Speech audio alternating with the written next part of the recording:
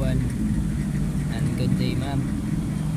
So mao din ni ang aqua first na topic or ang aqua na pick na topic, which is ang selection sort. So let's go.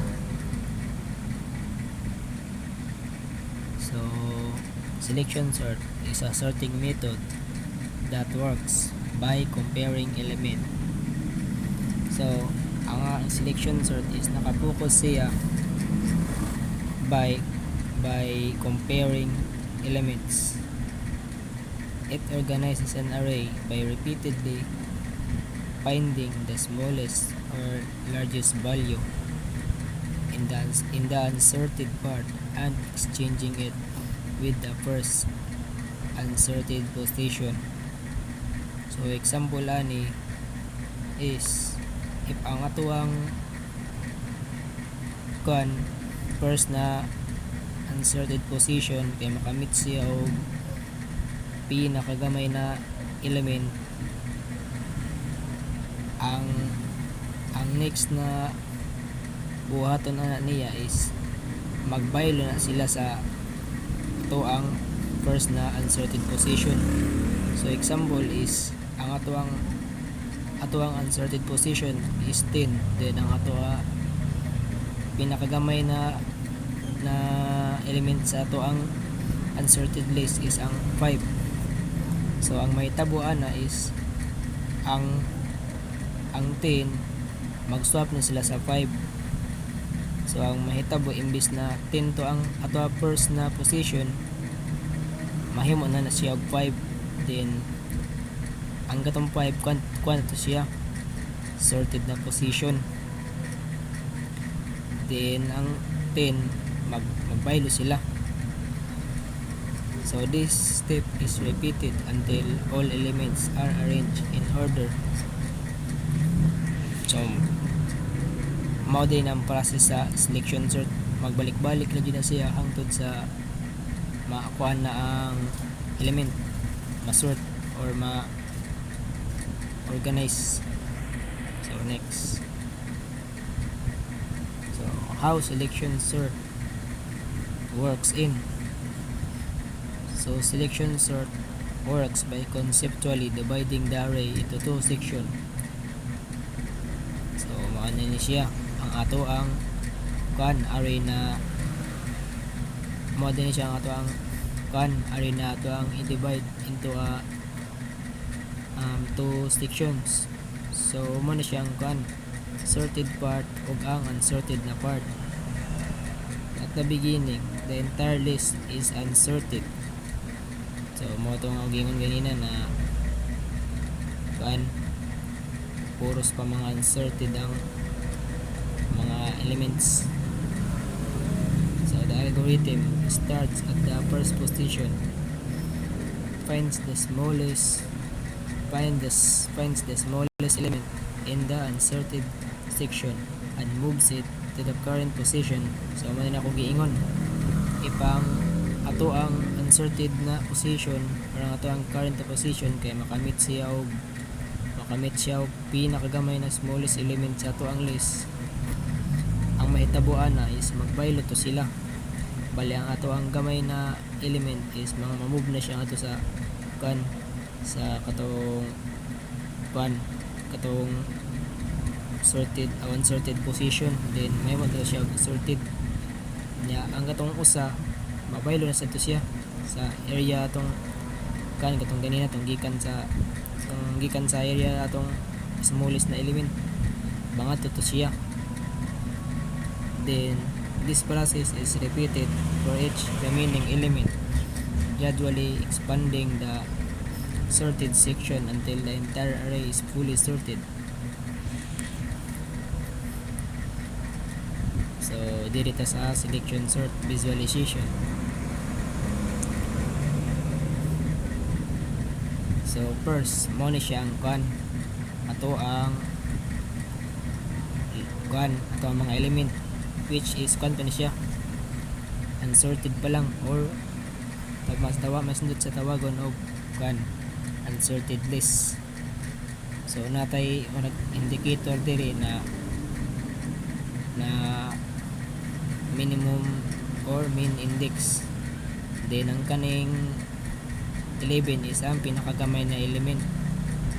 Kunya na murag kaning line na sign na ang kaning iyagi connect na element is mo na siyang sila duang mag-swap. O kuan po day kaning reminder lang po na ulis yun na magsugod ang main index sa kuan sa left. So man na siya. So kunya kay nakita man ng 64 of element na pinakagamay, which is ang 11. Ang mahitabuan na is magbaylo na sila. Ang 11 ma-move ni nga ni sa index 0, din ang 64 ma-move ni sa pinakalas, which is ang index 4. So man na siya. So as you can see na-move na nato ang 11, then ang 64 na nga to sa pinakalasan. Then after swap ana, ma-move na ang kuan main index, then mangita na pud na siya kuan small na element. So ato nakita dire na pinakagamay na element is ang 12. So mahitabuan ni is mag-swap ni silang duha. Namon ni ang next na output. Bali ang 12 maari na sa index 1. Yan 25 maari sa index 2. So man ni siyang next. So ang ato pagka man nato swap na move na sa dangin kan main index unya ang ato smallest element na nakita is ang 22.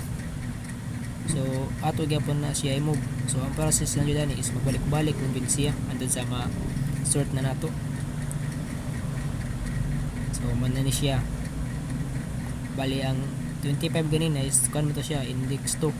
Karon na mo siya index 3. So mo na ni karon mangita na sa tao kuan gamay na element. Unya kay mo na lang na nabilin na kuan mga unsorted.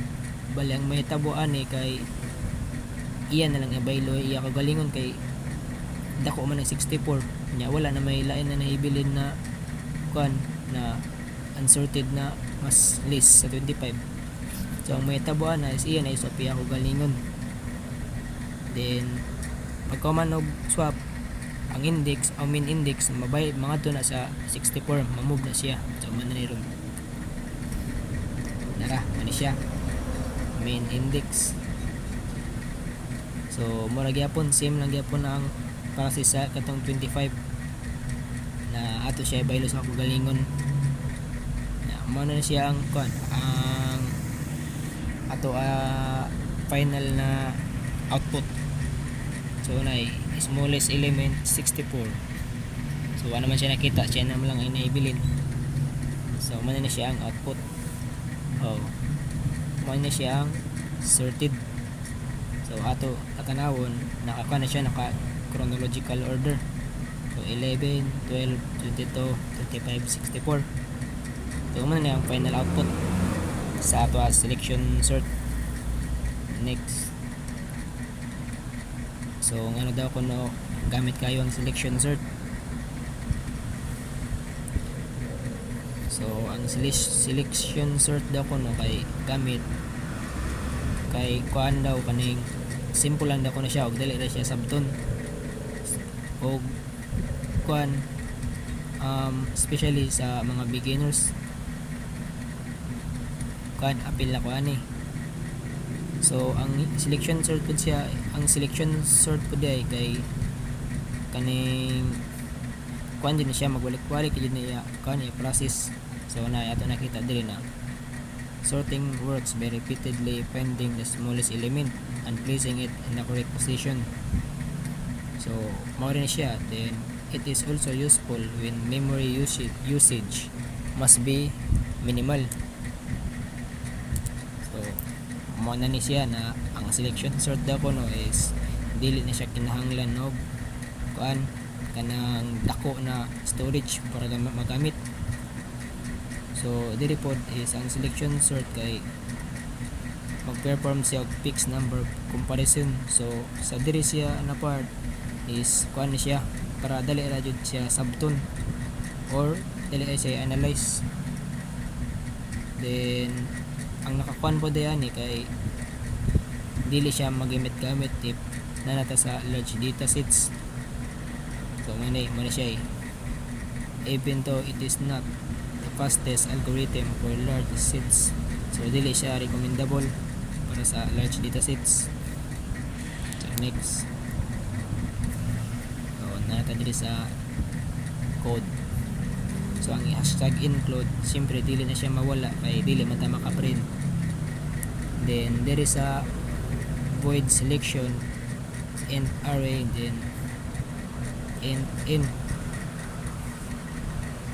So ang sa diri na part is ang iya function kay kan bali na nakangan na selection sort nya unya igamit kun tag void, meaning wala tay i-return na value. Then next is ang which is ang awit lang ang inde kay nagrepresent din siya sa kan number of elements. Then next is ang kaning loop, ang for and I is equal to 0, then I is less than n minus 1, then I plus plus. So sa diri na part is diri na magsugod ang ato ang loop. So diri sa I is equals to 0 unya ang kaning n minus 1 ug ang kaning kaning usa is I plus plus. Mag-increase siya kada dagan sa ato ang loop antod sa mako na siya ma-execute. So next is ang kaning kani siya int min. So sa dira na part is ang main index kay mo na ang ato ang current na index which is ang 0. Then ang I kay mo na siya ang nag-contain siya og kanang small na value or pinakagamay na value sa ato unsorted part sa ato ang array. Then there is a nasidai loop diri kaning for and j is equals to I plus 1, then j is less than n and j plus plus. So diri na magsugod ang ato ang inner loop nya iyan na na-scan if ang ato ang if nabay mga remaining element na small na value. So mo na siya mosulod na siya kining ni condition kining if.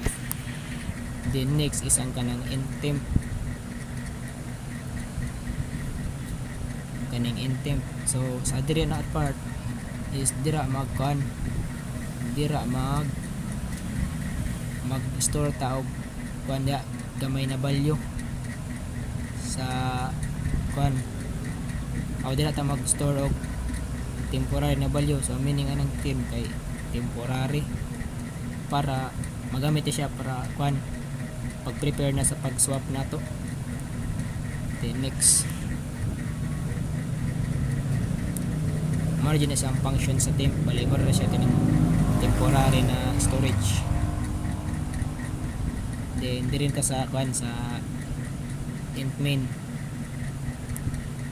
So sa dira na part is dira na magsugod ang ato ang kanang program or ang ato pag-execute sa program or ato ang starting point. So there is a kaning int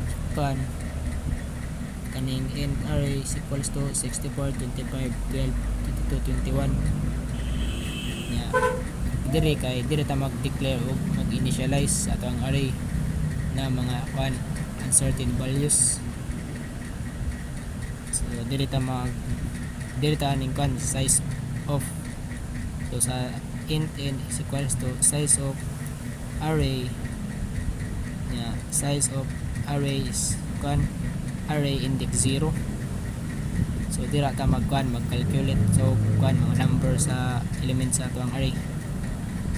So mara gyapon na i-loop balik-balik ka ang process da. So kanang nakabutang na print present day nya comma array index I diya nato i-print ang atuang mga element sa atuang array. Unya next is ang kaning kan selection sort array nya n. So diya nato tawagon ang atuang sorting function para ato diya nato i-arrange ang array. Kuan siya wanan in ascending order or pasaka. So next is ang kanang print sorted array slash in. Sa diha day is ato i-print ang mga label usa nato i-display ang mga sorted elements nya diri sa present day nya kan array index I nya ang kuan day diha kay diha nato i-print ang atoa mga sorted element sulod sa atuang loop or inside. Then syempre kinalasan ang return 0 diyan na nato ma-execute ang atuang program para mas complete ang atuang code o functionable. So next man siyang summary.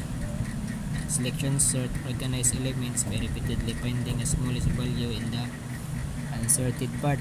So man na gingon ganina na balik-balik ka na siya na the array is divided into sections. So man ni sorted and unsorted at each step the smallest element is swap. So man ni ako giingon na always yun na makig-swap ang atuang unsorted na position sa pinakagamay na kan element. This process continues until all elements are arranged in order. Man's algorithm is simple, predictable, easy to understand for beginners. It trusts the array in place requiring extra memory. So usable ni siya if gusto ta na